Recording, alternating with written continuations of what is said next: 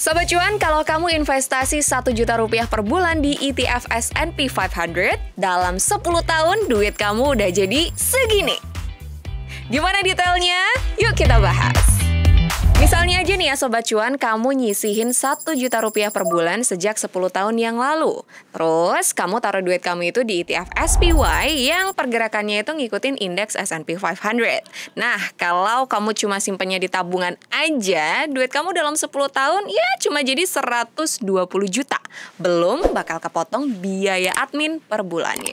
Nah, sedangkan kalau kamu taruh dana kamu di ETF SPY yang biasanya ngasih return rata-rata per tahun 11,8% dalam periode yang sama, duit kamu nanti nggak cuma jadi 120 juta aja dalam 10 tahun, tapi udah jadi 227 jutaan nih. Dan ini jauh lebih besar daripada cuma ditabung aja Sobat Cuan.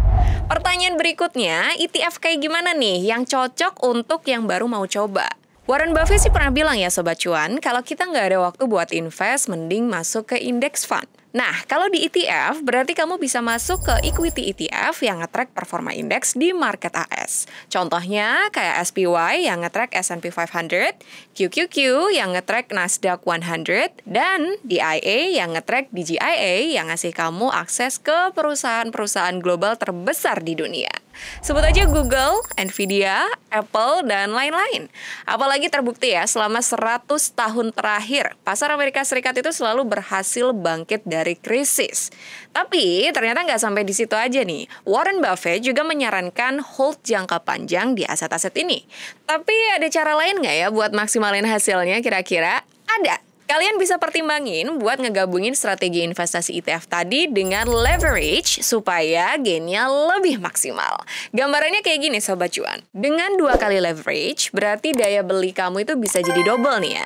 Makanya potensi keuntungannya pun jadi 2 kali lipat. Artinya, merujuk ke perhitungan kita di awal tadi, dengan 1 juta yang kamu investasikan setiap bulan, dalam 10 tahun keuntungan kamu bukan hanya 227 jutaan, tapi menjadi 454 juta. Good news-nya Sobat Cuan, sekarang kamu juga udah bisa cobain fitur leverage ETF di peluang bahkan sampai 4 kali. Jadi kamu bakalan bisa buka posisi lebih besar dengan modal yang lebih kecil dan akan dapat potensi cuan lebih tinggi meski market coba bergerak sedikit aja.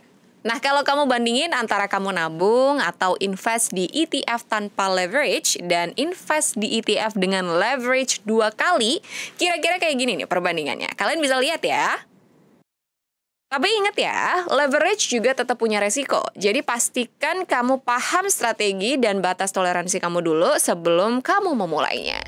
Waktu terbaik untuk berinvestasi adalah 20 tahun yang lalu. Waktu terbaik selanjutnya, hari ini. ETF memang bukan alat yang bisa membuat kaya dengan cepat ya, tapi ETF ini bisa jadi sebuah kendaraan bagi kamu yang mau membangun kekayaan abadi di masa depan. Gimana? Tertarik investasi di ETF? Oh ya, investasi saham dan ETF di peluang sekarang dapat dilakukan selama 24 jam loh, dari hari Senin sampai Sabtu. Jadi, jangan sampai ketinggalan momentumnya ya. Mulai investasi kamu sekarang.